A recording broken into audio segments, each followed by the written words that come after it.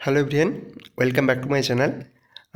আজকে 6 তারিখ, আগামীকাল 7 তারিখ এইচএস 2025-এর ফিজিক্স এক্সাম রয়েছে। তো সেই হিসেবে আমি কিছু সাজেস্টিভ কোশ্চেন আপনাদের প্রোভাইড করছি। তো এই প্লেলিস্টে অলরেডি আমি 1 থেকে 7 ইউনিট পর্যন্ত কোশ্চেনগুলো প্রোভাইড করেছি। তো এখন আপনাদের ইউনিট 8-এর যে কোশ্চেনগুলো রয়েছে সেই কোশ্চেনগুলো দিচ্ছি। এখানে টোটাল আপনাদের আমি 10টা কোশ্চেন দিয়েছি, কিছু নিউমেরিক্যাল রয়েছে আর কিছু আপনাদের থিওরি রয়েছে। তো এই চ্যাপ্টারটা অ্যাকচুয়ালি ইউনিট 8, মানে এখানে অ্যাটম এবং নিউক্লিয়াই নিয়েই চ্যাপ্টারটা রয়েছে এখানে, এবং 6 নাম্বার এখান থেকে আপনাদের থাকছে।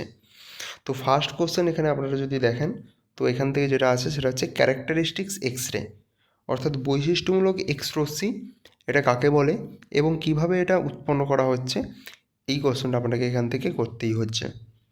সেকেন্ড কোশ্চেন সেটা হচ্ছে বোরের quantum formula from de Broglie formula. ঠিক আছে, ডি ব্রগলির ফর্মুলা থেকে বোরের কোয়ান্টাম তত্ত্ব, এটা আপনাকে নির্ণয় করতে হবে। আচ্ছা, third question relation between half life and disintegration constant of a radio active element. ঠিক আছে, অর্থাৎ অর্ধজীবনকাল, আমরা জানি যখন রেডিও অ্যাক্টিভ এলিমেন্ট যখন পড়ব, তেজস্ক্রিয় মৌল, তাদের ক্ষেত্রে অর্ধজীবনকাল এবং ডিসইন্টিগ্রেশন যে কনস্ট্যান্ট অর্থাৎ ল্যামডা, সেই তাদের মধ্যে যে রিলেশন সেটা আমাকে প্রমাণ করতে হবে। ঠিক আছে। আচ্ছা, find radius of hydrogen atom at nth orbit using Bohr formula. ঠিক আছে, এখানে বোরের ফর্মুলা দ্বারা nতম কক্ষপথে ঘূর্ণায়মান হাইড্রোজেনের কক্ষপথের ব্যাসার্ধের ফর্মুলা যেটা, সেটা বের করতে বলেছে। ঠিক আছে।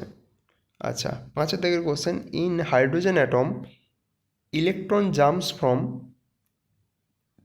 N3 টু N2, অর্থাৎ 3 নম্বর কক্ষ থেকে 2 নম্বর কক্ষপথে একটা ইলেকট্রন জাম্প করেছে হাইড্রোজেনের ক্ষেত্রে।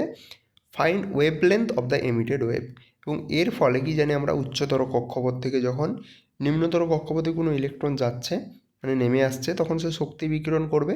তো সেই যে শক্তি বিকিরণ করছে বা ওয়েভ যেটা বেরোচ্ছে, তার আমাদের ওয়েভলেন্থ কত সেটা বের করতে হবে। ঠিক আছে, 5-এর কোশ্চেনটা।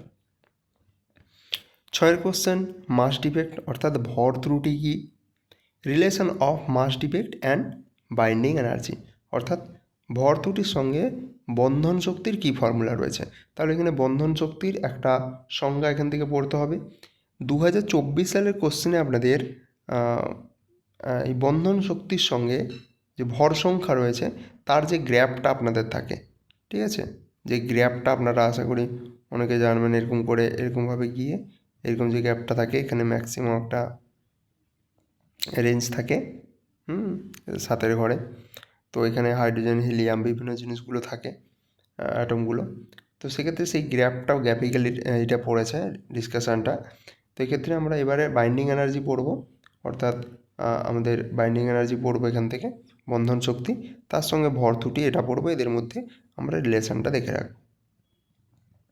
আচ্ছা, আয়োনাইজেশন এনার্জি এবং আয়োনাইজেশন পোটেনশিয়াল। ঠিক আছে, অর্থাৎ আয়নন শক্তি এবং আয়নন বিভব, এই যে সংজ্ঞাটা, এই দুটো সংজ্ঞা আমাকে এখান থেকে করে রাখতে হবে।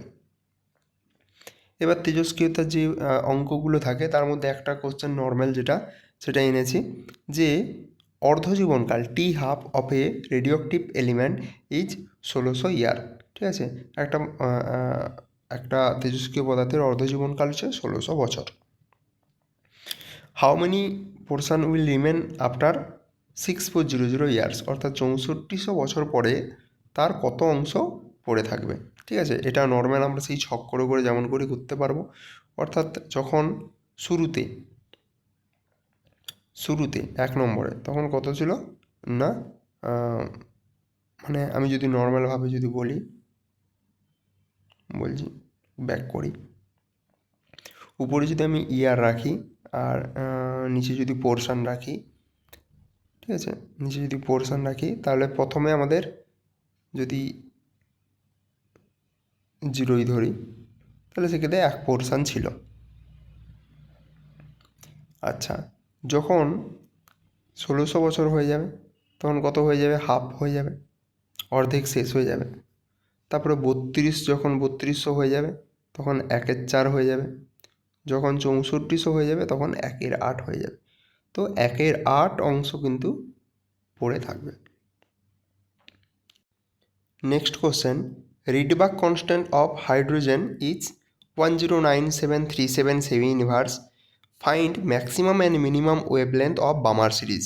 ঠিক আছে, বামার শ্রেণীর ক্ষেত্রে আমাকে ম্যাক্সিমাম এবং মিনিমাম যে সর্বোচ্চ এবং সর্বনিম্ন তরঙ্গ দৈর্ঘ্য সেটা আমাকে বের করতে হবে এবং রিডবাক কনস্ট্যান্টের মান দেওয়া রয়েছে। তো সেভাবে আমরা যে সিরিজের ফর্মুলা জানি সেইভাবে করতে হবে, বইয়ের কোশ্চেন একদম। আচ্ছা, 10-এর দাগ, energy of hydrogen at ground state is -13.6 electron volt. তো ওই স্টেটের ক্ষেত্রেই বলছে তার কাইনেটিক এনার্জি এবং পোটেনশিয়াল এনার্জি এখান থেকে নির্ণয় করতে বলা হচ্ছে। তো এটাও ইজি কোশ্চেন, 3টে নিউমেরিক্যাল এখান থেকে দিয়েছি এবং বাকি 7টা যে শর্ট কোশ্চেন এখান থেকে থাকবে। ঠিক আছে, এই 10টা কোশ্চেন এই ইউনিট থেকে কমপ্লিট করবেন।